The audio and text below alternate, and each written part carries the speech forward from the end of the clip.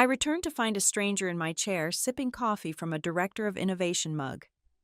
60 minutes later, security escorted me out with a cheap severance envelope. That night I opened a contract from 5 years ago and found a clause powerful enough to drag the board to hell. The CEO had unknowingly fired the only product the company actually owned. I do not want my seat back. I want the whole table. Chloe Collins was the name on my doctorate, the name on the 7 distinct patents filed under advanced battery topology, and until 8 this morning, the name on the frosted glass door of the head of advanced storage office at Heliodyne Labs. I stood in the hallway, the fluorescent lights humming that familiar, headache-inducing frequency, staring at the space where my identity used to be. The 4 screws that had held my acrylic nameplate were still there, but the plate itself was gone. In its place hung a pristine, fresh piece of plastic that read, Innovation Director Trent Lawson. I blinked, certain that the jet lag from the mandatory 2-week leave the board had insisted I take was causing hallucinations. I had built this division from a basement operation into a company valued at $40 million. I was the one who figured out how to stabilize the lithium-ion flow without overheating the casing. I was the architecture. The building was just the shell.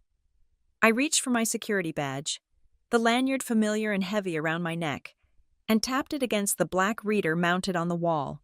Usually, it gave a satisfying chirp and a green light. Today, it gave a long, low buzz. The LED flashed a hard, angry red. I tried again. Red. Denied. The humiliation started as a cold prickle at the base of my neck. I looked around. The hallway was filling up with the morning rush. Engineers I had hired, junior developers whose code I had debugged line by line, analysts I had shared pizza with during 48-hour crunch sessions. They saw me. I saw them seeing me. And then, like a synchronized school of fish, they all looked away. Eyes dropped to phones, to shoes, to imaginary spots on the carpet. I was suddenly a ghost in a building made of glass. "Excuse me," I said to the security guard approaching me. It was Frank, a man who had greeted me by name every morning for 5 years. He stopped 5 feet away, his hand resting awkwardly on his belt, not quite reaching for his radio but thinking about it. "I am sorry. Ms. Collins," Frank said, his voice dropping to a whisper. "I have been told your clearance has been revoked. You need to be escorted to my own lab." The absurdity was so sharp it almost tasted metallic. I did not argue. I did not make a scene. I nodded, my face a mask of absolute zero. "Open the door." "Frank," he swiped his master key. The lock clicked, and I pushed the door open. The air inside usually smelled of soldering iron smoke and static. Today, it smelled of expensive cologne. Trent Lawson was sitting in my chair. He was a man I had met twice in board meetings. A marketing strategist with a shiny MBA and a vocabulary composed entirely of buzzwords. He was wearing a crisp white shirt with the top 2 buttons undone, the kind of calculated casual look that screams startup culture. His feet, clad in loafers that likely cost more than my first car, were resting on my desk, on my schematics. He did not jump up when I entered. He did not look embarrassed. He smiled, a practiced, sympathetic tilt of the lips that did not reach his eyes. "Chloe," he said, swinging his legs down with a fluid, relaxed motion. "You are back early. We were going to call you at home." I looked at the desk. My dual monitors were dark. My notebook, the one with the hand-drawn grid designs, was gone. In its place sat a single, thick manila envelope. "What are you doing in my chair?" "Trent," I asked. My voice was steady, devoid of the tremor vibrating in my chest. "We are pivoting." "Chloe." He stood up and walked around the desk, leaning against the front of it, blocking my path to the computer. "The board feels we need a fresh perspective for the Series C funding, a narrative that speaks less to the technical weeds and more to the vision. I am taking over as Director of Innovation. You are a marketing guy," I stated flatly. "You think a kilowatt-hour is a unit of time," he chuckled, a dismissive sound that grated against my nerves. "Technical details can be outsourced. Chloe, vision cannot. We need to streamline, and unfortunately, Your role has been deemed redundant in the new structure. He picked up the envelope and held it out. HR prepared this. It is a standard separation package. 6 weeks of pay. Continued health benefits for 3 months. Very generous, considering the restructuring. I looked at the envelope but did not take it immediately. I looked past him to the corner of the room. A cardboard box was sitting there. I could see the corner of my framed doctorate, the potted succulent from my mother, and my Newton's cradle jumbled together inside. They had packed me up. They had touched my things. They had erased 5 years of blood and sweat while I was sitting on a beach, wondering why my work email password was not working on my phone. It was a hit, a calculated, corporate execution. I took the envelope. It felt light, cheap. My laptop, I asked. Wiped and reset.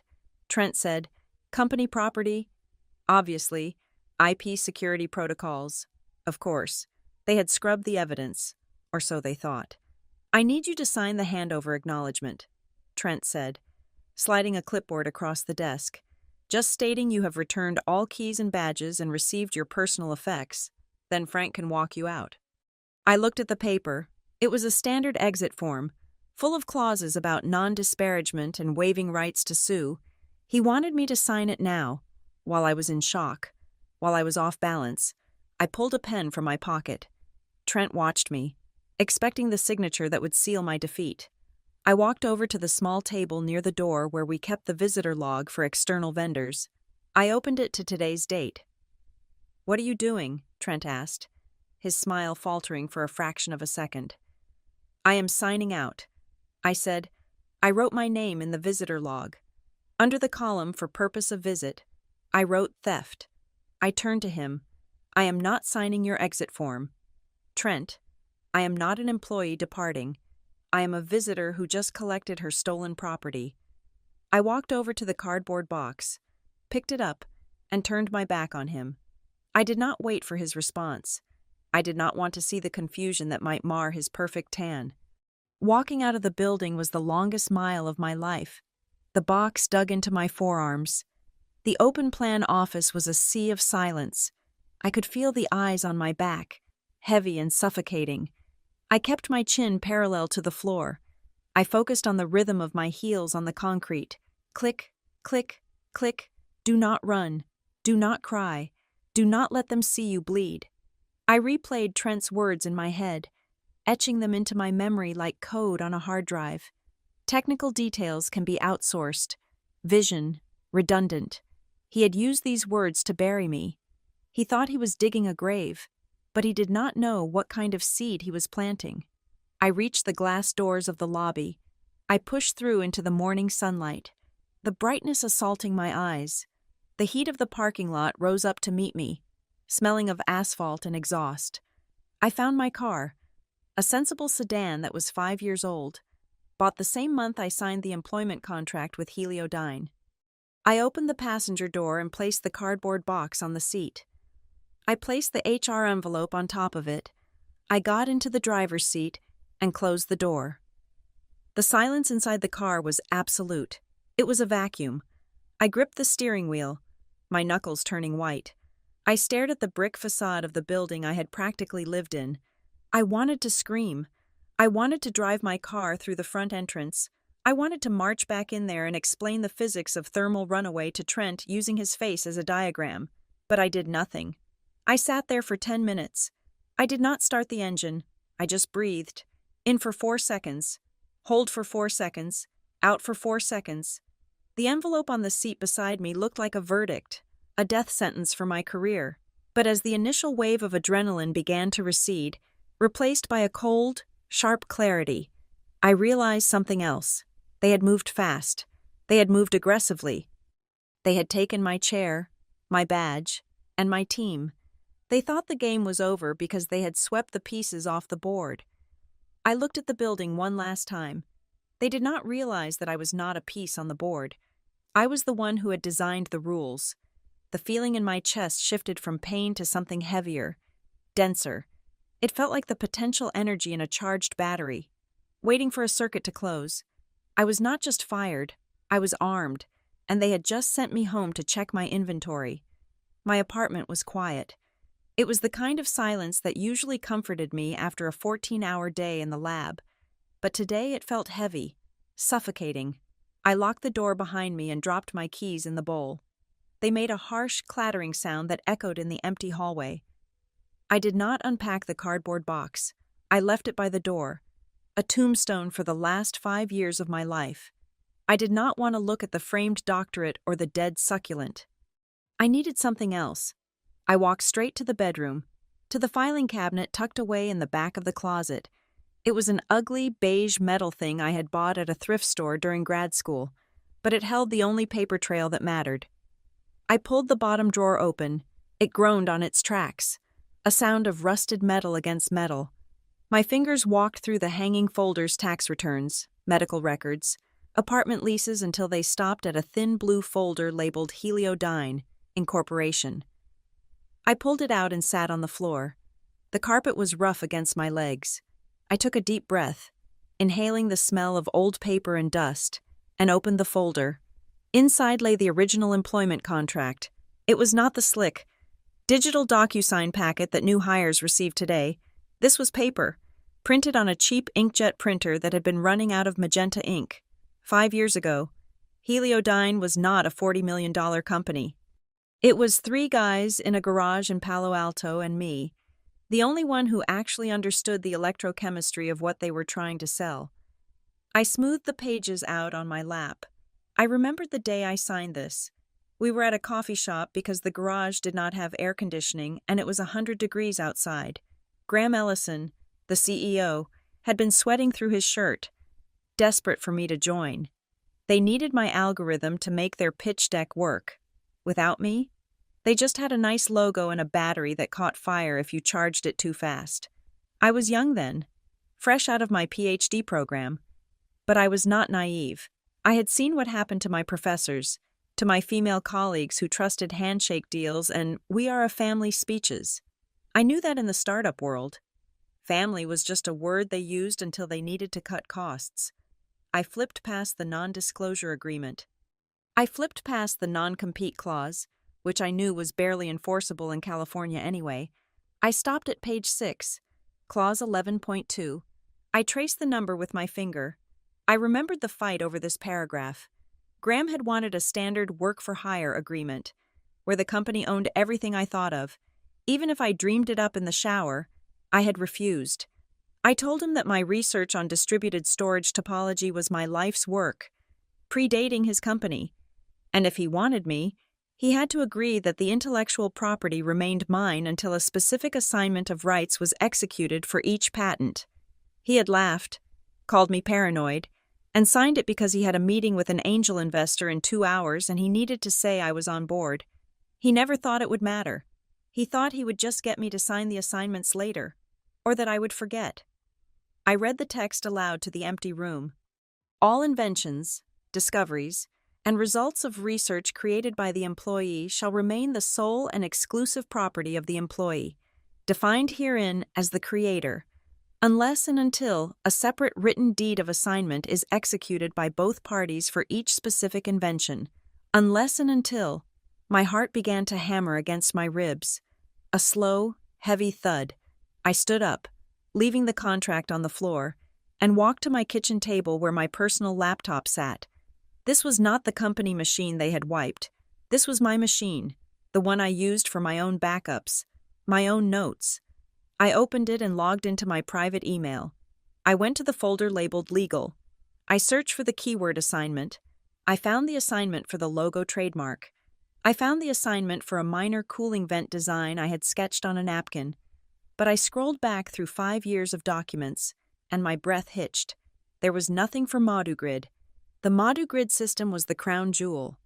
It was the proprietary architecture that allowed Heliodyne batteries to store 30% more energy than the competition. It was the technology that had secured our Series A and Series B funding. It was the technology Graham was currently using to court ardent peak capital for a $60 million Series C injection. I opened a new tab and navigated to the United States Patent and Trademark Office database. My hands were shaking slightly, not from fear, but from a sudden, electric surge of adrenaline. I typed in the search query, inventor name Chloe Collins. The results populated the screen instantly. 7 patents. 7 distinct, approved patents covering the entire module grid topology. From the load balancing algorithm to the physical cell arrangement. I clicked on the first one. Patent number 98421. Distributed energy storage system with dynamic load allocation. I looked at the field labeled assignee. It was blank. I checked the next one. Assignee none. I checked all 7. Every single one listed Chloe Collins as the sole inventor and owner. There was no co-inventor. There was no assignment to Heliodyne Labs. There was no record of transfer. I sat back in my chair, the glow of the screen illuminating the dark kitchen.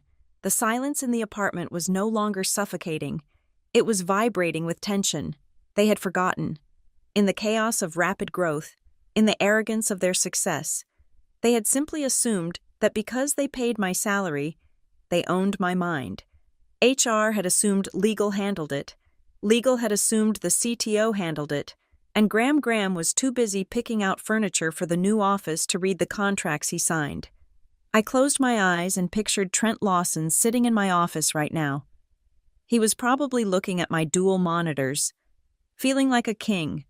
He had the title, he had the office, he had the budget, but he was sitting in a stolen house. Graham Ellison had locked my badge. He had cut off my email. He had thrown me out on the street like garbage. But he had made a fatal miscalculation. He thought he had fired an employee. He did not realize he had fired the landlord. The Series C, funding the $60 million they needed to keep the lights on, was entirely contingent on them owning this technology. If the investors found out that the company's core product actually belonged to a disgruntled ex-employee who had just been escorted out by security, the valuation would drop to 0 overnight. I stood up and walked to the wine rack. I pulled out a bottle of Cabernet that I'd been saving for a special occasion. I popped the cork, the sound sharp and loud in the quiet room. I poured a glass, the dark red liquid swirling against the crystal. I walked back to the laptop and placed the glass next to the open contract on the floor. I took a sip. The wine was rich, heavy with tannins. It tasted like iron. I let out a long sigh. It was not a sigh of relief, and it certainly was not a sigh of resignation. It was the sound a mechanic makes when they finally figure out why the engine is making that noise, and they realize the whole thing needs to be taken apart. I was not sad anymore. The humiliation of the morning, the image of Frank the security guard looking at me with pity, the smug look on Trent's face, it all began to crystallize into something cold and hard in my stomach. They wanted a fight. They wanted to play corporate politics. They thought they could erase me.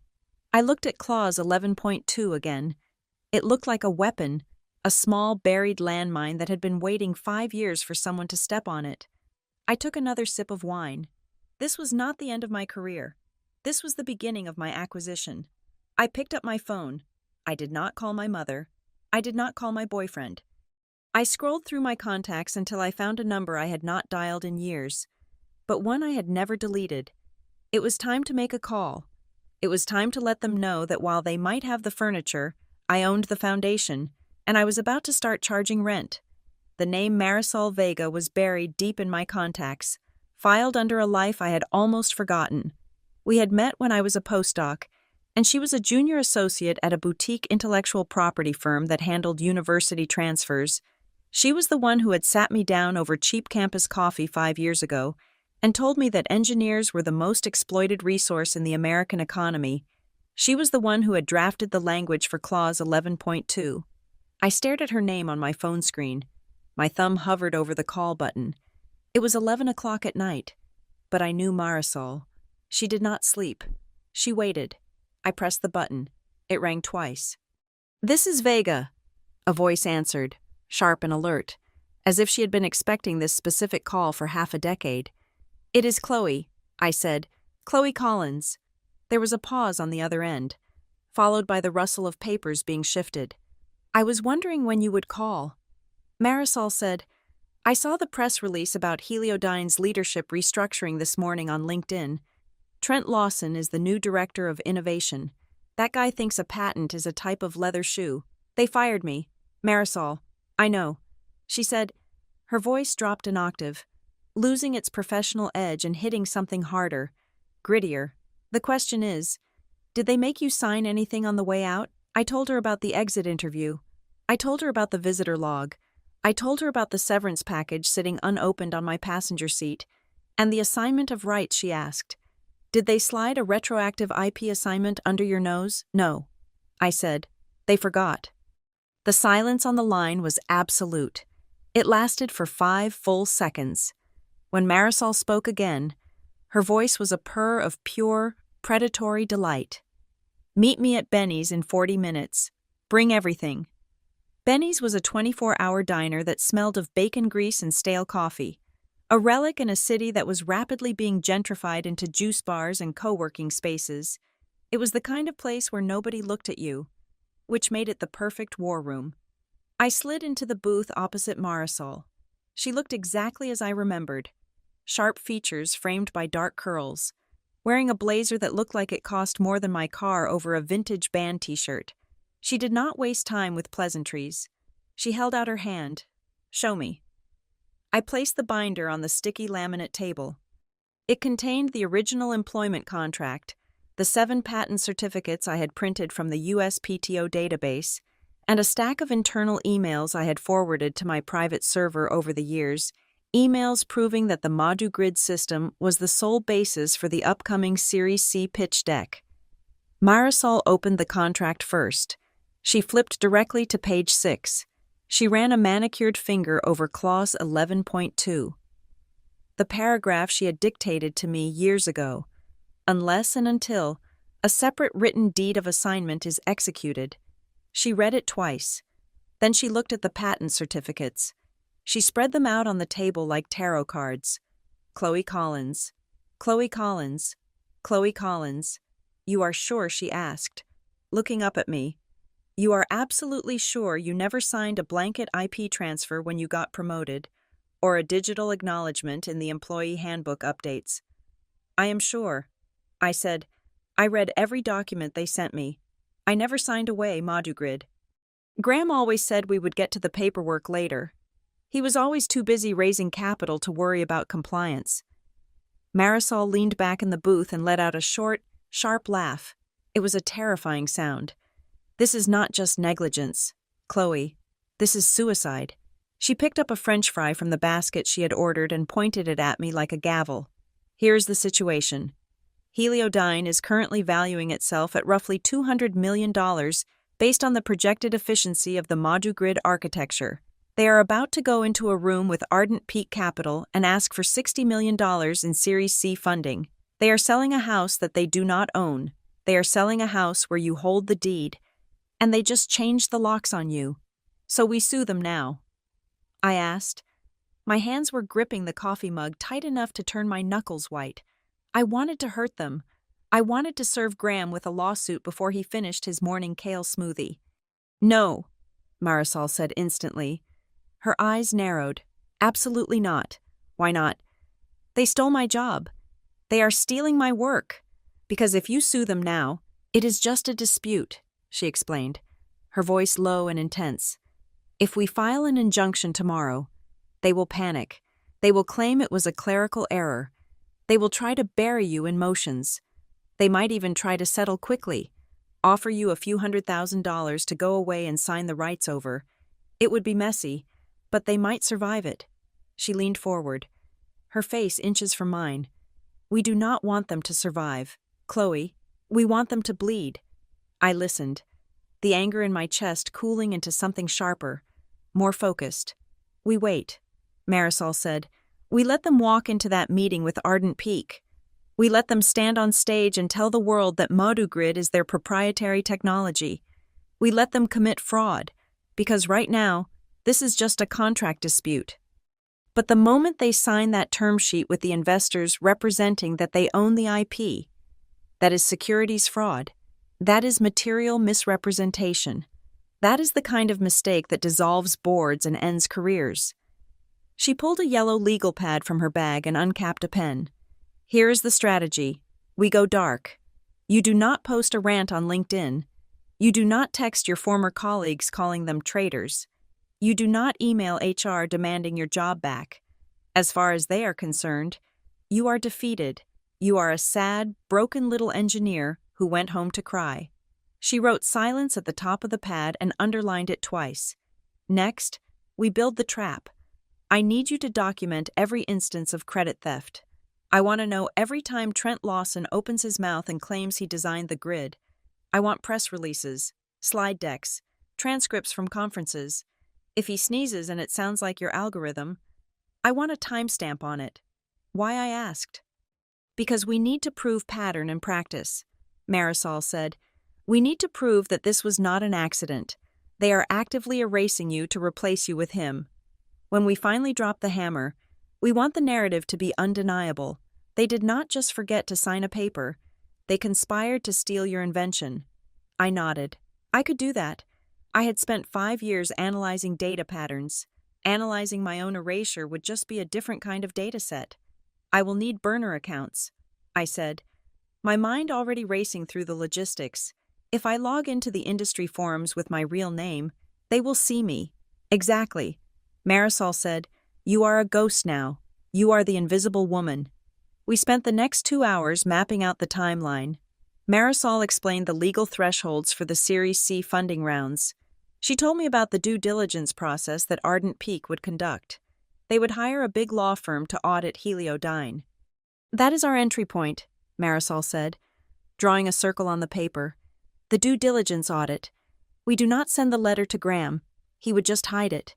We send the evidence to the investors' lawyers, but not yet. We wait until the deal is hot. We wait until they have already popped the champagne. I looked at the timeline she had drawn. It was a timeline of destruction. It was beautiful. I will set up the alerts tonight. I said, I will track everything. Heliodyne Series C. Modu Grid Successor. Lawson Architecture. Marisol closed the binder and slid it back across the table to me. Keep this safe. Put it in a fireproof box. Put it in a bank deposit box if you have to. That binder is worth $60 million right now. We stood up to leave. The diner was empty except for a truck driver eating pie at the counter. I felt exhausted, drained, but for the first time in 12 hours, I did not feel helpless. I felt dangerous. Marisol walked me to my car. The parking lot air was cold. She stopped by the driver's side door and looked at me, her expression softening just a fraction. You know, she said, leaning against the roof of my car, most people just sign the exit form. They take the 6 weeks of pay and they move on. They are scared. I was scared. I admitted. When I saw Trent in my chair, I felt small. Marisol shook her head. You are not small. Chloe, you are the structural integrity of that entire company. They just removed the load-bearing wall and decided to throw a party on the roof. She opened her car door, then paused and looked back at me, a smirk playing on her lips. Embrace the unemployment, she said. Sleep in, drink wine, watch them from the shadows, because you are not their employee anymore. If you play this right, the next time you walk into that boardroom, you won't be looking for a job. You will be walking in as the landlord coming to collect the rent. I watched her drive away, her taillights fading into the city smog. I got into my car and sat there for a moment, the binder heavy on my lap. I drove home in silence, but my mind was loud. I went straight to my laptop. I created a new email address, ccconsultingghost@gmail.com. I opened the news alert setup page. I typed in the first keyword, Trent Lawson Heliodyne. The first result popped up immediately. It was a tweet from Trent, posted 2 hours ago. It was a picture of him standing in front of my whiteboard, pointing at a diagram I had drawn last week. The caption read, Late nights at the lab, dreaming up the future of energy storage. Innovation new chapter. I felt a spike of rage, hot and acidic, but I forced it down. I did not reply. I did not retweet with a correction. I took a screenshot. I saved it to a new folder named Evidence. I renamed the file with the date and time. Then I closed the laptop. Let him dream, I thought. Let him build his castle on the sand. I would be the tide. And the tide was coming in, slow and inevitable. For the next 14 days, I ceased to exist as a social being. I did not update my professional profile.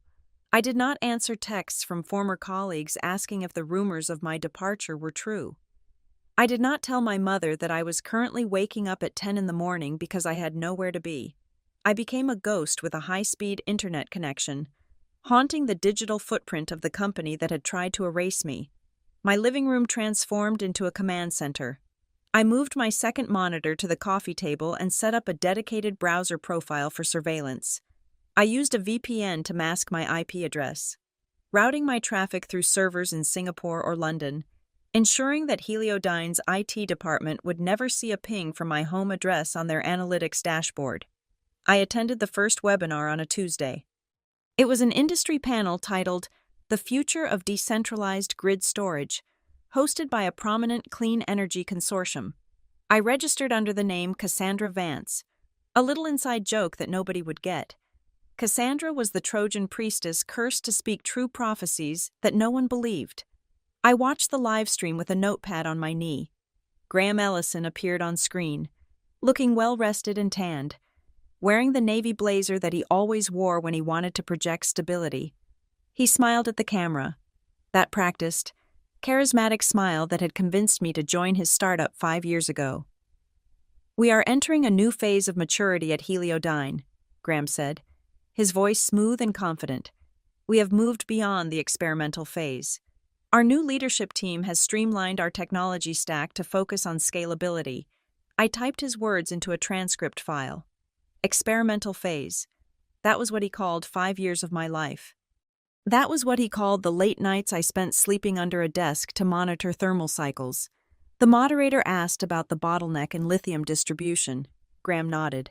"That has always been the challenge, but our new innovation director, Trent Lawson, has led a pivot in our architectural approach. We are moving away from the rigid cell structures of the past to a more fluid, cascading energy model." I paused the video. My hand hovered over the keyboard. Led a pivot.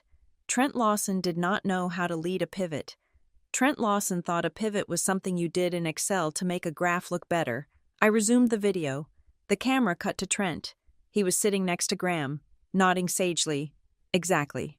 Graham," Trent said. "We call it the Heliodyne Cascade System. It optimizes the electron flow by predicting load spikes before they happen." I felt a cold, hard knot form in my stomach. Predicting load spikes before they happen. That was my predictive algorithm. That was the code I had written during a feverish 48-hour sprint last November. I had named it the Oracle Protocol internally. They had just renamed it Cascade and were serving it up as a fresh idea. I did not scream. I did not throw my coffee mug at the screen. I simply opened my spreadsheet. Marisol had called this document the skeleton of the future lawsuit. It was a simple Excel sheet with columns for date, time, speaker, claim, and reality. I entered the data. Date October 12th. Time 1400 hours. Speaker Trent Lawson. Claim Cascade System predicts load spikes. Reality Modu Grid. Predictive Algorithm V2.3. Authored by C. Collins. Patent pending. I logged every lie. I logged every half-truth. I was building a wall of evidence, brick by brick. 3 days later, the first visual proof appeared. It was a feature article in a mid-tier tech magazine that liked to profile rising startups. The headline read, "The Boy Genius Behind the Battery Revolution." I stared at the photo. Trent was standing in the main lab, my lab leaning against a whiteboard. He was holding a marker, looking intensely at a complex diagram as if he were in the middle of a breakthrough. I zoomed in on the image. The diagram on the whiteboard was not a prop. It was a schematic for the thermal venting channels of the Modu Grid system. I knew it was mine because of the handwriting. I wrote my 7s with a crossbar. The 7s on that whiteboard had crossbars. But the logo in the corner of the slide projected on the wall behind him had been clumsily photoshopped. The Modu Grid blue had been replaced with a vibrant green, and the text read, "Heliodyne Cascade." They were so lazy. They were so incredibly arrogant that they had not even bothered to redraw the schematics. They just assumed that nobody would notice. They assumed that the technical details were just background noise to the story of their success. I downloaded the high-resolution image. I saved the URL. I archived the page on the Wayback Machine so they could not delete it later. I looked at the date of the photo metadata. It was taken 2 days after I was fired. Trent had walked into my office, stood in front of my work, and posed for a picture to claim it as his own. I added it to the spreadsheet. Exhibit B, photographic evidence of direct IP misappropriation. By the end of the week, the financial blogs began to chatter. A well-known venture capital newsletter leaked a rumor. Heliodyne Labs in final talks for Series C funding. Valuation estimated at $200 million.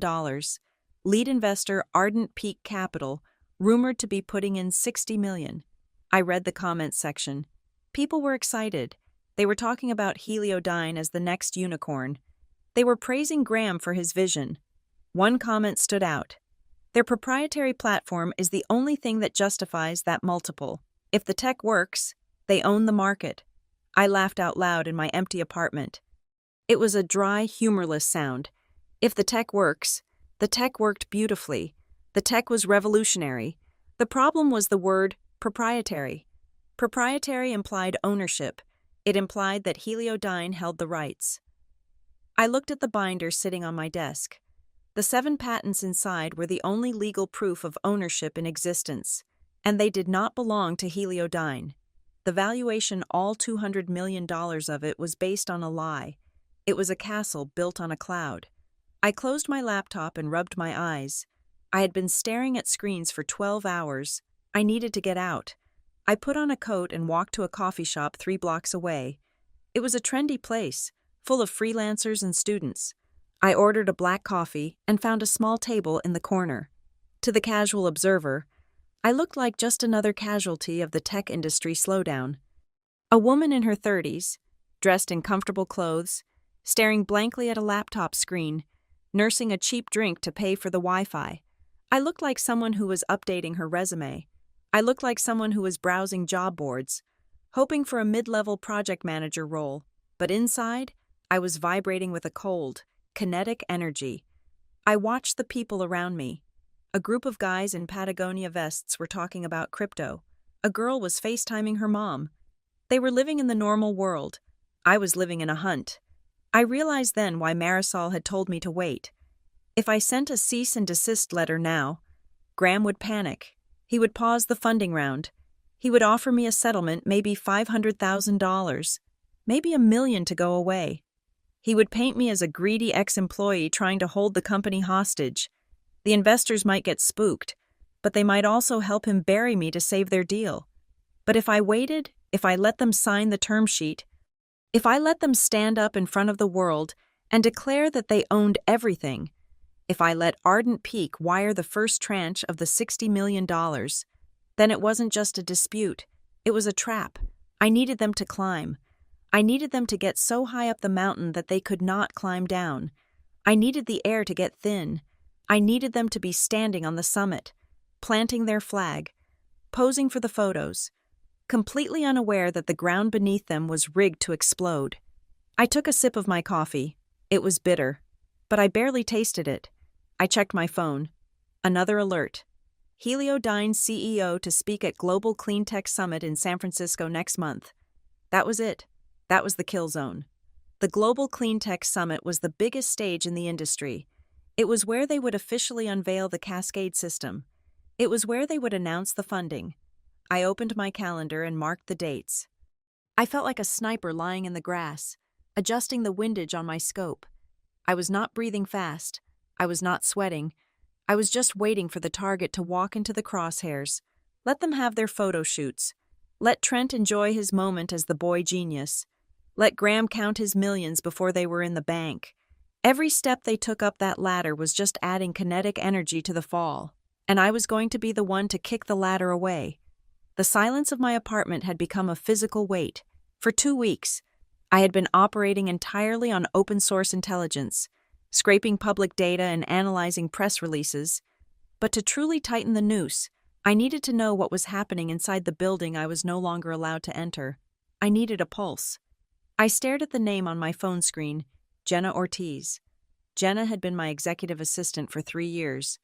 She was brilliant, organized, and the only person who could decipher my frantic whiteboard scribbles into coherent project timelines. When Trent arrived 6 months ago to shadow the department, his first move was to reorganize the support staff. He had moved Jenna out of the lab and into the newly created Culture and Engagement team. It was a demotion disguised as a lateral move. They made her plan birthday parties and order branded hoodies because they knew she was loyal to me. And they wanted her away from the sensitive data. I hesitated. Reaching out to a current employee put them at risk. If it flagged her device, she could be fired for cause. But I remembered the look on her face the last time we spoke. The way she rolled her eyes when Trent used the word synergy 3 times in one sentence. I opened Signal, the encrypted messaging app. I typed a single line. "Are you safe to talk?" I set the message to disappear after viewing. I put the phone down and waited. 10 minutes passed, then 20. I began to think she had blocked me, or worse, that she believed the company line that I was the villain in this story. Then, the phone buzzed. They are watching the Slack channels like hawks. I am in the stairwell on the 4th floor using data, not Wi-Fi. Is it true? I typed back fast. Is what true? Trent told the all-hands meeting that you took a voluntary buyout. He said you wanted to travel and focus on your mental health. He said the board offered you a platinum parachute and you took it. I felt the blood rush to my face. It was the perfect lie. It painted me as weak, burnt out, and paid off. It explained my silence. It explained why I wasn't fighting back. It made sure that anyone who missed me would also resent me for abandoning the ship right before the big launch. That is a lie. Jenna, they fired me. They locked me out and gave me 6 weeks of severance. I did not quit. 3 dots appeared, dancing on the screen for a long time. Then they vanished. Then they appeared again. I knew it. I knew he was lying. He does not know how to run the stand-up meetings. He just keeps asking, "What is the blockers?" and then checking his phone. Jenna, I need to know what they are pitching. I need to know what is in the Series C deck. They are locking down access. Chloe, only VPs and above have the final folder. But I am helping organize the logistics for the roadshow, so I have to print the hard copies for the binders. Do not print anything for me. Do not take physical files. Just tell me what you see. My phone rang. It was an encrypted voice call through Signal. I picked up. Chloe Jenna's voice was a whisper, echoing slightly against concrete walls. She sounded terrified, but beneath the fear was a current of anger. I am here. Jenna, you do not have to do this if you are scared. I am scared, she admitted, but I am more angry. I walked past the conference room today. Trent was rehearsing his speech. He is calling it the Lawson Layers. I almost dropped the phone. The Lawson Layers. Yeah, she said. He claims he restructured the cell topology to create layers of redundancy. He had a whole slide on it. Chloe, it is your drawing. It is the one you made me scan back in February, the one with the hexagonal clustering. My heart hammered against my ribs. That hexagonal clustering was the breakthrough that solved the heat dissipation issue. It was the core of patent number 98422. Can you prove it? I asked. I can try, she whispered. I have access to the draft folder on the internet because I have to check for formatting errors before they go to the printers. Jenna, listen to me. Do not email it. Do not download it to your work laptop. Take a picture of your screen with your personal phone. Make sure the metadata is off. Give me 5 minutes. The line went dead. I sat there, staring at the timer on my phone. 1 minute, 2 minutes. The risk I was asking her to take was immense. If she was caught, her career in this industry was over. At 4 minutes and 30 seconds, 3 images appeared in the chat. The first was a slide titled, Executive Summary, The Heliodyne Advantage. It listed proprietary IP as the primary asset, valued at $150 million. The second slide was the technical deep dive. There it was, my hexagonal grid, my thermal venting channels. They had changed the color scheme from blue to orange, and they had labeled the layers Lawson 1, Lawson 2, and Lawson 3. It was so childish it was almost funny, except for the fact that it was worth $60 million. But it was the third image that made me stop breathing. It was a render of the physical battery pack, meant to show the internal architecture. It was a high-resolution 3D model. In the bottom right corner of the circuit board, barely visible unless you were looking for it, was a tiny string of white text etched into the silicon. CC V2.3. I zoomed in until the pixels blurred. There it was, my initials, version 2.3. When I built that model, I had digitally signed the circuit board design, a habit I picked up in grad school to track versions. The design team had just taken my CAD file and slapped a new skin on the outside. They had not bothered to check the texture maps of the internal components. I typed back to Jenna. I see it. This is smoking gun material. There is more. Jenna wrote, I saw the itinerary. They are not just pitching in New York. The big reveal is at the Global Clean Tech Summit in San Francisco. That is where they are signing the deal with Ardent Peak. Trent is the keynote speaker on day 2. San Francisco. The Clean Tech Summit. It matched the timeline Marisol and I had discussed. That was where they would stand on stage and commit securities fraud in front of 1,000 witnesses. Jenna, you are amazing. You just gave me everything I need. What are you going to do? Are you going to sue them? I'm going to take back the company. I wrote, but Jenna, you need to stop now. Do not send me anything else. Delete this conversation. Delete the photos from your phone. Clear your cache. I can get you the financial projections. She typed. I can get the cap table. No, I typed. My fingers hitting the glass hard. It is too dangerous. You have given me the weapon. I do not need you to fire it. Stay low. Do your job. Smile at Trent. When the explosion happens, I want you nowhere near the blast radius.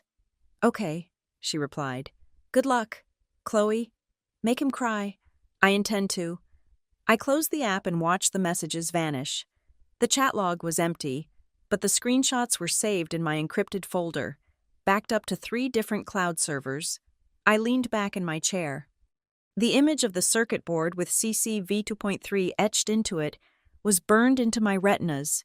It was such a small thing, a few pixels of white text, but it proved everything. It proved they were not just using the concept. They were using the literal file I had created. They were selling a product that still bore the maker's mark of the person they had fired. I felt a strange cocktail of emotions. Gratitude for Jenna, who had risked her livelihood just because she hated injustice. Anger at Trent for his laziness and theft. But mostly, I felt a cold, sharp anticipation. I had the timeline. I had the venue. And now, thanks to a loyal assistant and a lazy graphic designer, I had the fingerprint at the scene of the crime. I picked up my phone and dialed Marisol. I hope you are hungry, I said when she answered. Because I just found the main course. What do you have? Marisol asked, the rustle of papers stopping in the background. I have a time-stamped photo of their investor deck, I said. And Marisol. They are using the render with my digital signature still on the motherboard. Marisol laughed. It was a dark, delightful sound. That is not a main course. Chloe, she said, that is dessert. Book your flight to San Francisco. We are going to a conference. Marisol sat across from me in her office, a glass-walled cage overlooking the gray sprawl of the financial district. On the desk between us lay the itinerary for the Global Clean Tech Summit. It was a glossy brochure featuring Graham's smiling face as a keynote speaker. The temptation to buy a ticket, walk into that auditorium, and scream the truth into a microphone while he was on stage was a physical itch under my skin. I wanted the drama. I wanted the immediate satisfaction of seeing the color drain from his face in real time. We are not going to do that, Marisol said, reading my mind. She tapped a pen against the mahogany desk. If you stand up in the middle of a keynote and start shouting about stolen patents, you are just a heckler. You are the crazy ex-employee who could not handle the pressure. Security drags you out. Graham makes a joke about stress management, and the stock price goes up because he looks cool under fire. She was right. In the corporate world, the person who raises their voice first loses. The one who stays quiet and files the correct paperwork wins. We need to be surgical, I said, leaning back in the leather chair. We do not attack Graham. We attack the money. Exactly, Marisol said. She pulled up a document on her laptop. Ardent Peak Capital is not writing a check for $60 million based on a handshake. They have a due diligence team scrubbing Heliodyne right now. They have hired Harrison and Lowe to audit the intellectual property. I knew Harrison and Lowe. They were a white shoe law firm that charged $1,200 an hour to find reasons not to spend money. They were the immune system of the venture capital world. Their job was to hunt for infections in a deal. We are going to give them the infection, I said. Marisol nodded, but we do not send them a cease and desist. That is an act of war. If we declare war, the lawyers circle the wagons to defend the deal. We want to be helpful. We want to be concerned citizens. We spent the next 3 hours drafting the document. It was a masterpiece of passive-aggressive corporate compliance. We did not use the word fraud. We did not use the word theft. We did not use the word liar. We compiled a single PDF file. It was 50 pages long. Exhibit A was a certified copy of the 7 patents held by the United States Patent and Trademark Office, listing Chloe Collins as the sole inventor and owner. Exhibit B was a copy of my original employment contract, with Clause 11.2 highlighted in yellow. Inventions remain the property of the creator unless a separate deed of assignment is executed. Exhibit C was the kill shot. It was the high-resolution screenshot Jenna had sent me, showing the 3D render of the battery architecture with the watermark CC V2.3 etched onto the motherboard. Side by side with the slide from the investor deck labeled Trent Lawson's proprietary design. We wrote a cover letter to go with it. It was addressed to the senior partner at Harrison & Lowe responsible for the Ardent Peak account. The letter read, "To the Office of General Counsel, in the interest of regulatory compliance and accurate asset valuation regarding the pending Series C transaction for Heliodyne Labs, please find attached documentation regarding the chain of title for the ModuGrid technology suite. We respectfully request that you verify the existence of any executed deeds of assignment transferring these specific patent numbers from the inventor to the entity. If such documents are missing from the data room, the representations made in the prospectus may require revision." It was cold, it was boring, it was bureaucratic, and it was absolutely lethal. We were not accusing them of anything. We were simply asking the lawyers to do their job. We were pointing at a structural crack in the foundation of a skyscraper and asking, "Is that supposed to be there?" "Once they see this, they cannot unsee it," Marisol said, converting the file to a read-only format. "They have a fiduciary duty to their client. If they ignore evidence of an IP defect and the deal goes bad, Ardent Peak sues the law firm for malpractice. They will have to investigate. Send it," I said. Marisol hit send. The email went out through an anonymous, encrypted server. It would land in the inbox of a senior partner at one of the most powerful law firms in New York. I imagined the notification pinging on a phone somewhere in a steakhouse or a town car. Now what I asked. "Now we feed the fire," Marisol said. "While the lawyers are panicking behind closed doors, we need to make sure the public record is undeniable. When the deal collapses, Graham will try to say it was a technicality. He will try to say he never claimed to own the tech personally. We need to prove he is lying to the market, not just to the lawyers." I spent the next week acting as a digital archivist of my own erasure. I became a collector of lies. I downloaded every interview Graham had given in the last 6 months. I found a podcast from Bloomberg where he described the development of ModuGrid. It was a long process, Graham said in the recording, his voice thick with false modesty. "We have this incredible internal culture of iteration. I remember sitting with the team, sketching out the initial grid on a napkin. It was a true collaborative breakthrough." I transcribed the quote, "Claim collaborative breakthrough. Reality." I designed it alone in my apartment on Christmas Eve while Graham was skiing in Aspen. I found a press release from 2 days ago. Heliodyne appoints Trent Lawson to lead next-generation architecture. I found a technical white paper they had uploaded to the conference website ahead of the summit. It was credited to Trent Lawson. I ran the text through a plagiarism checker against my own doctoral thesis. It came back with an 89% match. Trent had not even bothered to rewrite the abstract. He had just done a find and replace on my name. I added it all to the timeline. The spreadsheet was growing. It was no longer just a list. It was a narrative. It told the story of a company that had gotten lazy, greedy, and careless. The beauty of the trap was that Graham and Trent were doing all the work for me. Every time they opened their mouths to hype the company, they were digging the hole deeper. They were creating a public record of deception that would make it impossible for them to claim ignorance later. I realized then that I was playing a different game than they were. They were playing checkers, jumping over pieces to get to the money. I was playing chess. I was controlling the board. Marisol called me 3 days after we sent the email. "We got a bite," she said. Her voice was calm, but I could hear the smile. "What happened?"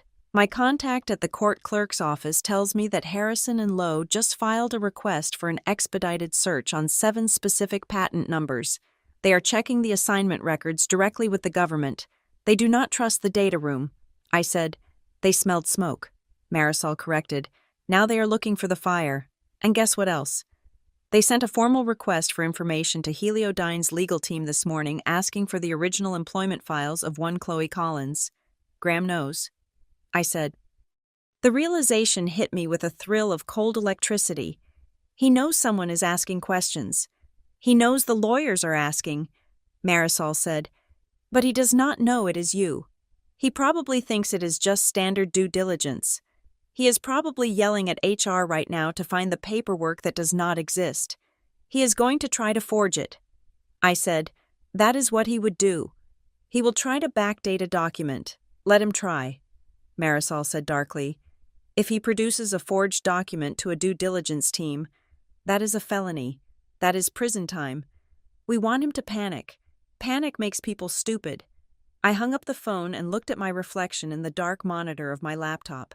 I did not look like a victim anymore. I did not look like the woman who had cried in her car in the parking lot. I looked like a hunter. The Global Cleantech Summit was 5 days away. Graham was going to stand on that stage. Trent was going to present my work. They were going to smile for the cameras and shake hands with the investors. And somewhere in the audience, hidden in the back row, the lawyers from Harrison and Lowe would be watching. They would be holding my dossier. They would be listening to every word, checking it against the facts I had given them. I had turned the investors' own watchdogs into my personal attack squad. I packed my bag. I put the binder with the original contracts in the main compartment. I packed a suit, a sharp, charcoal gray suit that I had bought for my first board meeting but never wore because I was told it was too aggressive. I was going to San Francisco. I was not going to make a scene. I was not going to throw a drink. I was going to sit in the audience and watch the show. They wanted to be famous. They wanted the spotlight. I was going to make sure the light was so bright it burned them alive. The first crack in the dam did not sound like an explosion. It sounded like silence. 72 hours after Marisol and I sent the anonymous dossier to the compliance department at Harrison and Lowe, the atmosphere around Heliodyne shifted to the outside world. Everything looked normal. The stock was stable. The tweets were optimistic, but I was watching the negative space. I was watching the things that were supposed to happen but did not. A major feature piece on Heliodyne had been scheduled to run in a prominent financial magazine that Tuesday. It was supposed to be a puff piece, the kind that calls the CEO a visionary and uses words like paradigm shift. I had the URL bookmarked. I refreshed the page at 9 in the morning. Page not found. I searched the magazine's homepage. The teaser banner that had been there yesterday featuring Graham's face was gone. I called the magazine's advertising department, posing as a media buyer interested in ad space next to the Heliodyne article. The sales rep sounded flustered. "That piece has been pulled from the schedule indefinitely," she said. "We have been told it is under editorial hold." Editorial hold. That was journalist code for our lawyers told us not to touch this with a 10-foot pole until we know if the company is legitimate. I hung up and smiled. The first domino had fallen. I turned my attention to the Ardent Peak Capital website. Venture capital firms love to brag about their portfolio before the ink is dry. For weeks, Heliodyne had been listed on their deals in progress page with a status of near closing. It was a signal to the market that the marriage was all but official. I refreshed the page. The status had changed. It now read, Under Extended Review, and right below it, in a font size so small you would miss it if you were not looking for it, was a new tag, IP verification pending. 2 words, IP verification. To the average person, it sounded like boring paperwork. To a startup seeking $60 million, it was a death rattle. It meant the due diligence team had opened the box, looked for the deed to the house, and found nothing but air. My phone buzzed.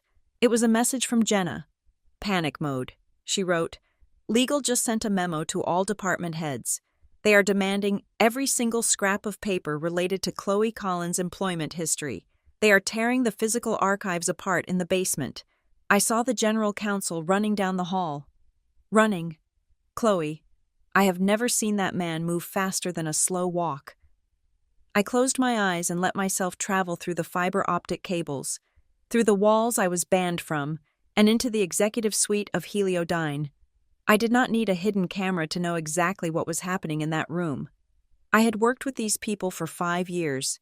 I knew their insecurities, their tells, and exactly how they reacted when the ground started to crumble. I could see the boardroom. The air conditioning would be set too low, freezing cold, but Graham would be sweating. He would be pacing the length of the long oak table, his expensive Italian loafers squeaking on the carpet. Where is it he would be screaming? He would not be the charming visionary now. He would be the cornered animal. Where is the assignment form? She worked here for 5 years. We paid her salary. We own her brain. Find the paper. The general counsel. A man named Miller, who spent most of his time playing golf, would be shuffling through the empty file. He would be pale. It is not here. Graham, Miller would say, his voice shaking. We have the employment contract. We have the non-disclosure agreement, but the specific assignment of rights for the Madu Grid patents. It is missing. It cannot be missing, Graham would roar. He would throw a stapler. He was a thrower when he was angry. Then the blame game would start.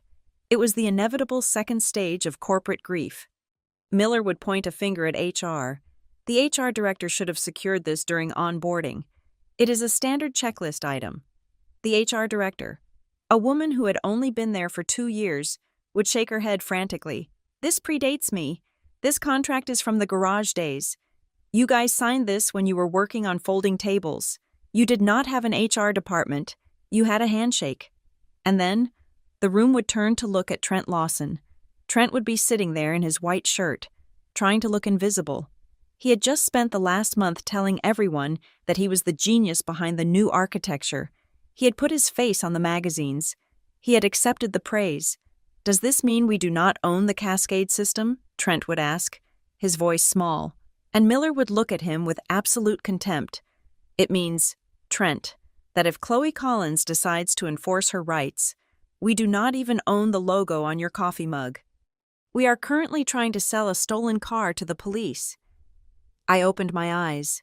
The visualization was so vivid, I could almost smell the fear sweat and dry erase markers. They were finally realizing that their greed had left a gap in the armor, and I had just fired an arrow straight through it. Marisol called me at 2 p.m. You are not going to believe this, she said. Her voice was tight with suppressed laughter. Try me. I just got an email from a junior associate at Harrison & Lowe. It is marked confidential and hypothetical. What does it say? It asks, purely hypothetically, what the liability exposure would be for a Series C lead investor if the primary technology platform of the target company was discovered to be held personally by a former employee who was terminated without a separation agreement. I let out a breath I did not know I was holding. They are looking for a way out. I said, they are calculating the blast radius. Exactly, Marisol said. They are not asking if it is a problem. They are asking how expensive the problem is. They know. Chloe, the lawyers looked at our dossier, checked the patent office records, and realized their client is about to buy a lawsuit instead of a company. So what happens now, I asked. Does the deal die today? No, Marisol said. That is the beauty of it. It is too late to stop the train silently. The Global Cleantech Summit is in 4 days. Heliodyne has already paid for the platinum sponsorship. Graham is the keynote speaker. The press releases have gone out. If they pull out now, the market will know something is catastrophically wrong. The valuation would collapse to zero by Monday morning. They have to go through with it. I realized they have to bluff. Marisol confirmed. Graham has to get on that stage and pray that he can fix this before the investors sign the final papers. He has to pretend everything is fine. He is going to hope he can bully you into signing a retroactive assignment, or maybe he thinks he can forge your signature before the audit is complete. He canceled his vacation. I said, I saw the flight tracking on the company jet. It stayed in the hangar. He is in the war room, Marisol said, and he has instituted a communications blackout. No phones in the executive wing. They are terrified of leaks. They should be. I said, the irony was delicious. By trying to erase me, they had made me the most important person in the company. They were currently trapped in a glass room, screaming at each other about a woman they had escorted out by security less than a month ago. I looked at the calendar. 4 days to the summit. For the next 4 days, Graham Ellison would be living in a hell of his own making. He would have to smile for the cameras. He would have to shake hands with partners. He would have to rehearse his speech about innovation and integrity, all while knowing that a sword of Damocles was hanging over his head, held up by a single thread of legal text that I controlled. I monitored the internal chatter through Jenna. She sent me a message later that evening. Trent just came out of the executive suite. He looks like he saw a ghost. He asked me to find the original design files for ModuGrid. He said he needs to re-verify the base code. He is sweating. Chloe. He is terrified. Let him sweat. I typed back. He wanted the credit. Now he gets the liability. I packed the last of my things for the trip. I included a hard drive containing the original source code, the dated metadata, and the email chain where I had explicitly refused to sign the IP transfer 5 years ago. I was not just bringing a knife to a gunfight, I was bringing a nuke. The trap was set, the bait was taken, the jaws were open. All that was left was for Graham to walk onto that stage in San Francisco and step on the pressure plate. I checked the stock price of Heliodyne one last time. It was trading high, buoyed by the rumors of the acquisition.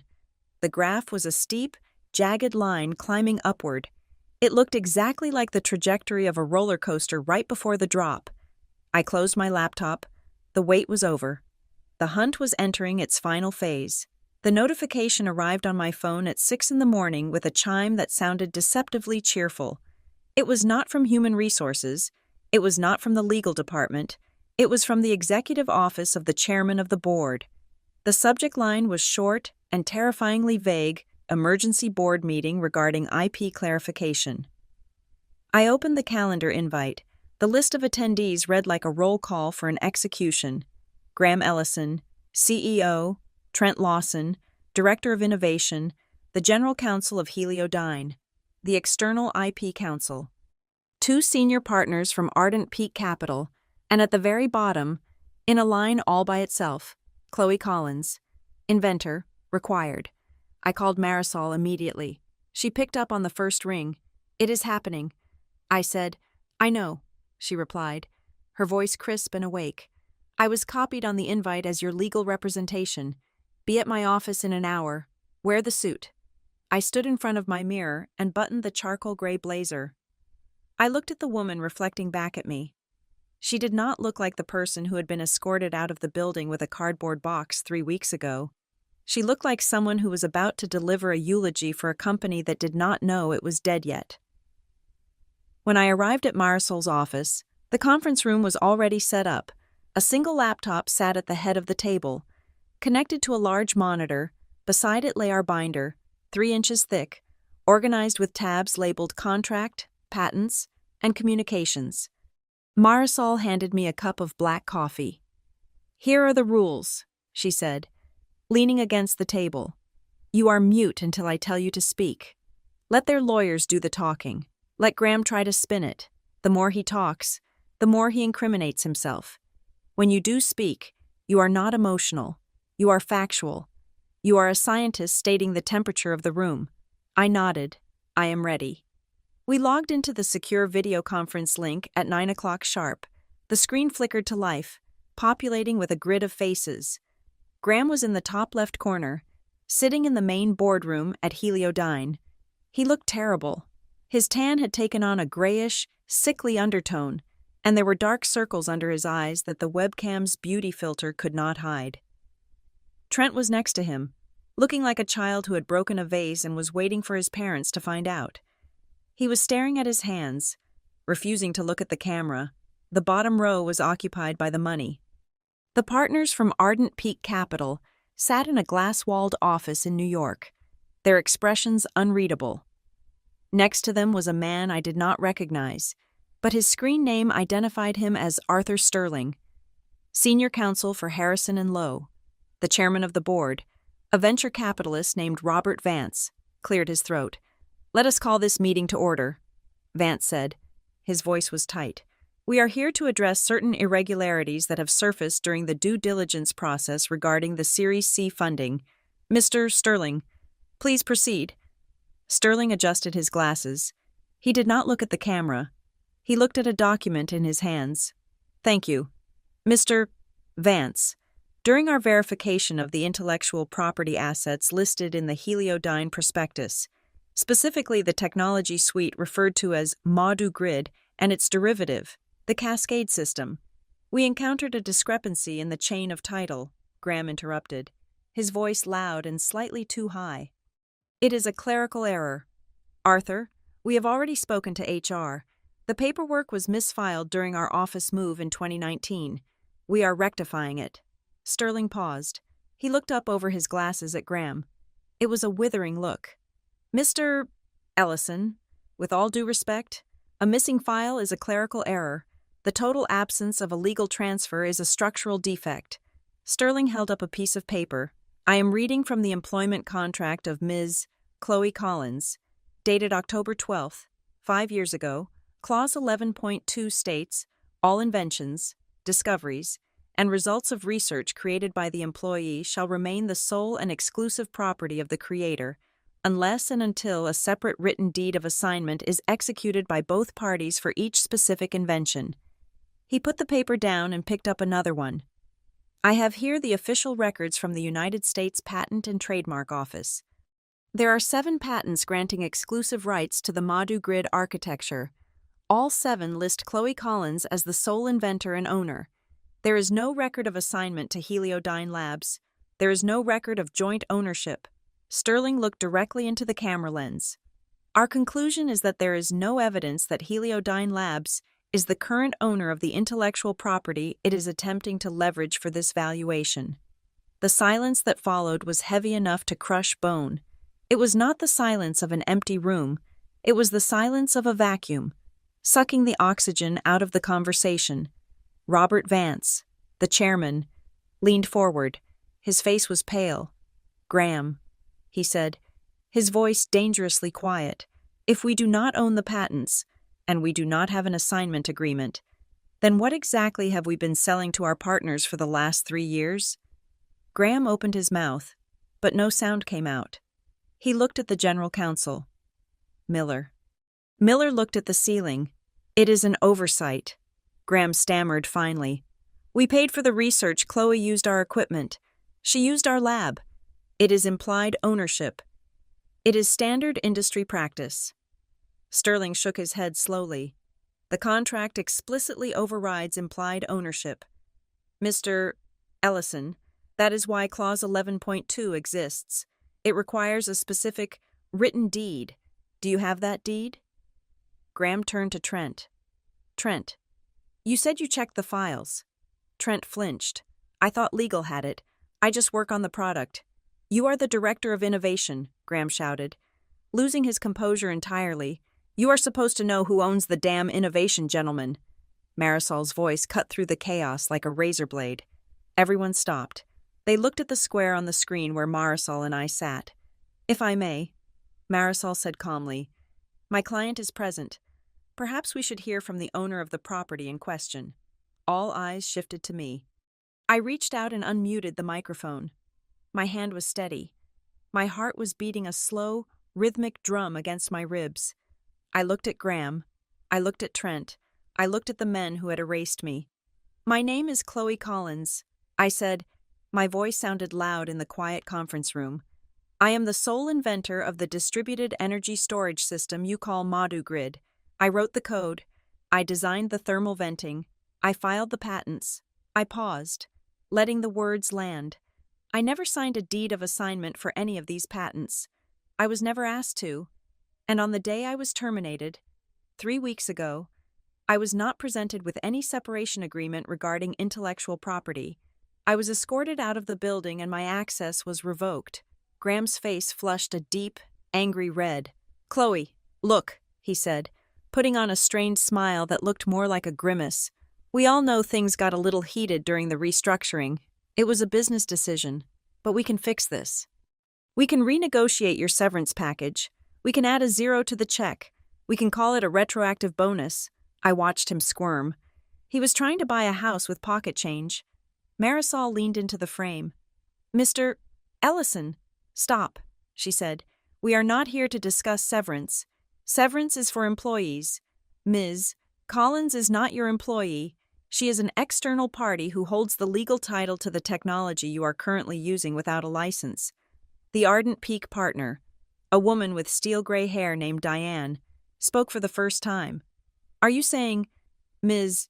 Vega, that Heliodyne is currently operating in violation of patent law?" "I am saying," Marisol replied, "that every battery pack you ship, every line of code you deploy, and every slide in your investor deck that utilizes the ModuGrid architecture is an unauthorized use of my client's property." Diane turned her gaze to Graham. It was a look of absolute zero. "Graham," she said, "is this true? Did you fire the patent holder without securing the rights?" Graham wiped sweat from his forehead. We dispute the interpretation of the clause. We believe the intention was—" "The intention is irrelevant," Diane snapped. "The text is what matters." "Graham, you told us this tech was proprietary. You told us it was locked down." "It is locked down," Graham insisted. "We have the source code. Possession is not ownership." "Graham," I said softly, "you have my laptop. You do not have my rights." Graham glared at me. The mask of the benevolent CEO was gone. In its place was pure, unadulterated hatred. "You planned this," he hissed. "You sat on this. You waited until the funding round to ambush us. This is blackmail. It is not blackmail." "Graham," I said, "it is due diligence. You are the one who forgot to read the contract you signed." Robert Vance slammed his hand on the table. "Enough," he shouted. "This meeting is spiraling." He took a deep breath and adjusted his tie. He looked like a man who was watching $50 million burn in a fireplace. "We are suspending the Series C closing," Vance said. "No," Graham shouted. "You cannot do that. We run out of cash in 2 months. We have no choice." "Graham," Vance said coldly, "we cannot accept investment based on assets we do not own, effective immediately. Heliodyne will cease all public representations regarding the exclusivity of the ModuGrid and Cascade systems. We will place a hold on all marketing materials." He turned to the Ardent Peak partners. "Diane, we apologize. We were unaware of this defect. We ask for 48 hours to resolve the internal legal standing." Diane looked at him, then at me. "You have 24 hours, she said. "If this is not resolved by tomorrow close of business, Ardent Peak pulls the term sheet, and we will be filing a report with the Securities and Exchange Commission regarding the inaccuracies in your previous disclosures." The screen where the investors sat went black. They had disconnected. The room was silent again, but this time it was the silence of a ruin. Graham looked at me. His eyes were desperate. "Chloe, please," he said. "You are going to kill the company. You are going to destroy everything we built. Think about the team. Think about the other engineers. You should have thought about them when you fired me to give my job to a marketing major." I said, glancing at Trent. Trent shrank back in his chair. "We need to talk," Graham said. "We need to settle this. Name your price." "My price is not money." "Graham," I said. "Then what do you want?" he asked. I looked at Marisol. She gave me a barely perceptible nod. "I want a meeting," I said, "in person, In the boardroom. Tomorrow morning. I want the full board present. I want the investors present. And I want Trent out of my chair. Graham nodded frantically. Okay. Yes. Done. Just come in. We will work it out. I reached for the mouse to end the call. Bring your checkbook. Graham, Marisol added, but do not expect to buy her silence. You are going to be buying your survival. We clicked the red button. The screen went dark. I let out a long breath and slumped back in the chair. My hands were trembling, not from fear, but from the adrenaline crash. You did good, Marisol said, closing the binder with a satisfying snap. You did very good. Is it over? I asked. No, she said, standing up and walking to the window to look out at the city skyline. They are wounded.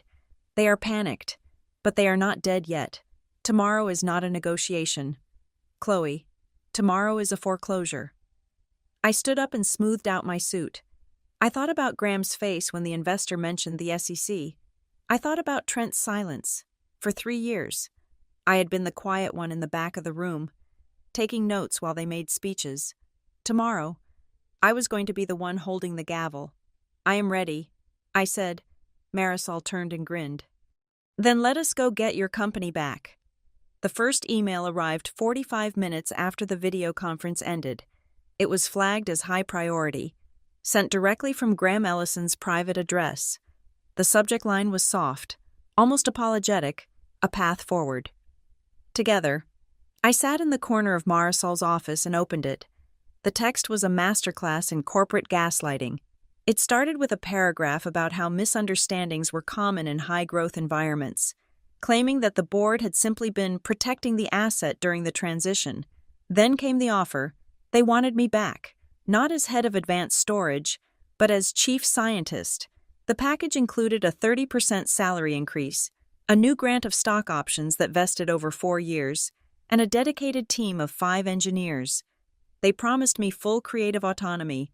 They used phrases like restoring the family and building the future together. It was a generous offer. It was the kind of offer that would have made the old Chloe Collins cry with relief. It was an offer designed to stroke my ego and make me feel valued, to make me forget that 3 weeks ago they had treated me like a criminal. I read it twice. Then I looked at the delete button. I did not forward it to Marisol. I did not reply to negotiate the salary. I simply pressed delete. The email vanished. I am not an employee anymore. I said aloud. Marisol looked up from her laptop, where she was drafting the document that would actually define my future. Good, she said, because employees get salaries. Landlords get rent. We spent the next 6 hours constructing the counteroffer. It was not an employment contract. It was a commercial licensing agreement. We treated Heliodyne not as my former employer, but as a third-party vendor who wished to utilize my proprietary technology. The terms were brutal. First, we defined the licensed technology as the ModuGrid architecture, the Cascade predictive algorithm, and all associated schematics created prior to my termination. Second, we set the fee. We did not ask for a flat lump sum. We asked for a royalty, 2.5% of gross revenue on every unit sold containing the technology, based on their projected sales for the next 5 years. That 2.5% was worth more than Graham's entire equity stake. Third, the retroactive clause. We demanded payment for unauthorized use of the IP starting from the date of my termination. Every day they had used my code while I was sitting at home. They were racking up a bill. But the clause that I insisted on, the one that made Marisol smile with wicked approval, was Clause 8 mandatory attribution. I dictated the text while Marisol typed. Any and all public-facing materials, including but not limited to marketing brochures, investor presentations, press releases, and product packaging, must prominently display the following text: Technology licensed from ModuGrid, TM, invented by Chloe Collins. I wanted my name on everything. I wanted Trent Lawson to have to stand on a stage in front of 1,000 people and click a slide that had my name in the footer. I wanted Graham to have to hand a business card to an investor that acknowledged that his product was a rental. We sent the document at 4 in the afternoon. The response was immediate.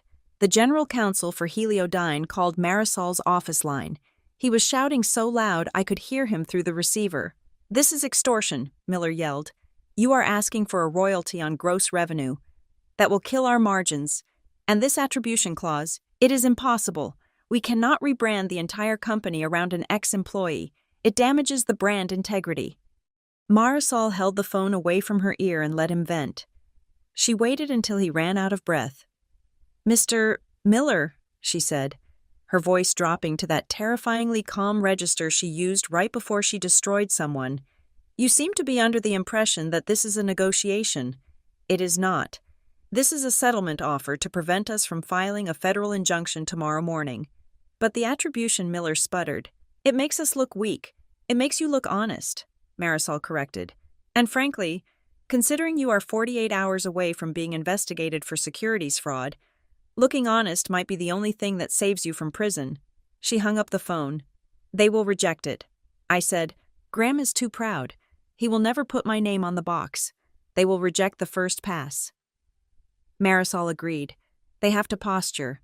They have to pretend they have leverage. But watch the clock. Every hour that ticks by is an hour closer to the Clean Tech Summit. They are bleeding time." I checked my secure messaging app. Jenna had sent an update from inside the bunker. "The war room is screaming," Jenna wrote. Literally screaming. Graham threw a coffee mug. It shattered against the whiteboard. "Half the board wants to fight you. They are asking if they can invalidate the contract based on bad faith. But the general counsel told them that since they drafted the contract originally, arguing against their own language is a losing strategy." "What about the other half?" I asked. "The other half is terrified," she replied. "The ardent peak investors are calling every 30 minutes. They are threatening to walk. The board chairman, Robert Vance, told Graham that if he loses this deal, he is finished. They are looking at the licensing agreement you sent. They hate it. Chloe, they hate the money, but they really hate the attribution clause. Trent is crying in his office, actually crying." I felt a cold satisfaction settle in my chest. Trent Lawson, the man who had put his feet on my desk, was now crying in the office he had stolen. At 7 in the evening. My personal phone buzzed. It was a text message. The number was blocked. But I knew who it was. "Chloe, it is Graham. Please do not share this text with the lawyers. We need to talk. Just you and me. Like the old days in the garage. Let's meet for coffee. We can figure this out. We can find a win-win that doesn't involve destroying the company family. I can make you very rich. But we need to be reasonable." I stared at the screen. 5 years ago, that text would have worked. 5 years ago, I would have felt guilty. I would have thought about the late nights, the pizza, the shared dream of changing the world. I would have met him. I would have let him charm me into taking a lower salary for the good of the mission. He was trying to use our history as a weapon. He was trying to bypass the legal fortress I had built because he knew he could not win a fair fight. He wanted the Chloe who sought his approval, but that Chloe was gone. She had been left in the parking lot with a cardboard box. I showed the phone to Marisol. "He is trying to break the chain of command," she said. "He wants to get you in a room alone so he can bully you." "I know," I said. I typed my reply. My thumbs moved steadily over the glass. "From now on, all communication goes through my legal counsel. Do not contact me personally again." I hit send. Then I blocked the number. It was a small action, but it felt like cutting the final cord. The power dynamic had shifted completely. He was no longer the visionary CEO, and I was no longer the subordinate. I was the vendor. He was the desperate customer, and the price of the goods had just gone up. Marisol watched me put the phone down. "He is going to fold," she said. "He has no choice." 10 minutes later, an email arrived from Harrison and Lowe, the lawyers for the investors. It was addressed to both Marisol and Heliodyne's counsel. To all parties. Ardent Peak Capital is monitoring this situation closely. We require a resolution regarding the IP chain of title by 900 hours tomorrow. If a licensing agreement is not in place by that time, we will formally withdraw our letter of intent. The investors had chosen a side. They did not care about Graham's ego. They did not care about Heliodyne's brand image. They cared about the asset. and they had realized that without me, there was no asset. I looked at the draft of the agreement on the screen. Clause 8 stared back at me. Technology licensed from ModuGrid TM. They are going to sign it.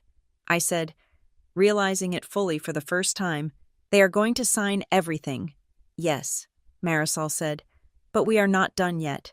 We need to make sure the execution is public. We are not doing this via DocuSign. What do you mean? Marisol smiled. Graham wanted a meeting in the boardroom. Right? He wanted to look you in the eye. Let's give him what he wants.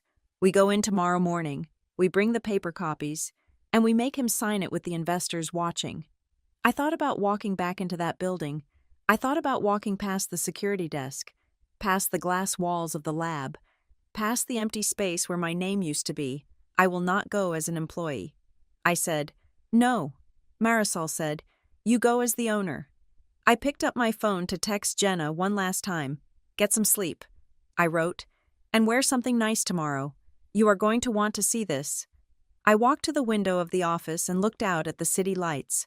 Somewhere out there, Graham Ellison was staring at a contract that stripped him of his power. Realizing that the woman he fired was about to become his business partner, he had wanted to erase me. Instead, he had just ensured that my name would be written on every single thing he built for the rest of his life. The game of chess was over. I had cornered the king. Now, I just had to walk across the board and tip it over. The automatic doors of Heliodyne Labs slid open with a soft pneumatic hiss, a sound I had heard 1,000 times before, but today, the air inside felt different. It was cooler, thinner, sharper. I walked toward the security desk.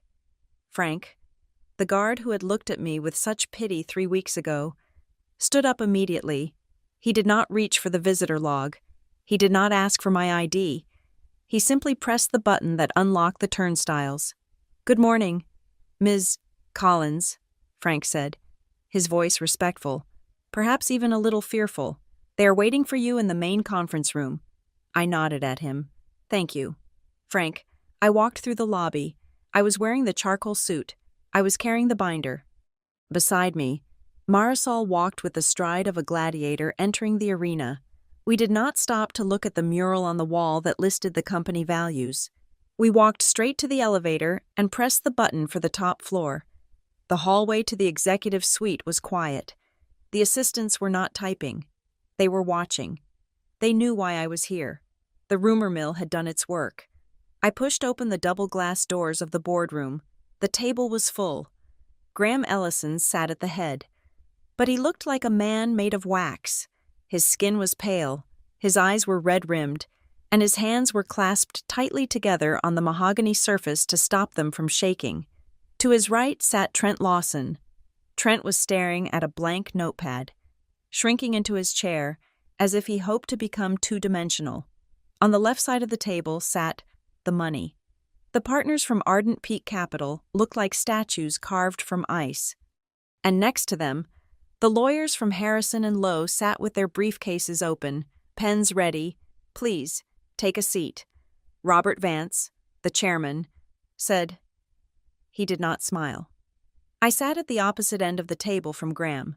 Marisol sat beside me. Diane, the lead partner from Ardent Peak, did not waste time with pleasantries. She picked up a remote control and clicked a button. The projector screen descended from the ceiling. A single slide appeared. It was stark white with black text. Strategic options for Series C. Closing. Option A. Execute licensing agreement with external IP owner. Result. Immediate compliance. Retroactive royalty payments. Retention of investment. Option B. Decline agreement. Result withdrawal of Series C. Term sheet. Immediate notification to SEC regarding material misrepresentation. Litigation. Diane placed the remote on the table. The plastic click echoed in the silence. We have reviewed the chain of title, Diane said, her voice devoid of warmth. It is the conclusion of our external counsel that Heliodyne Labs does not possess the rights to the ModuGrid architecture.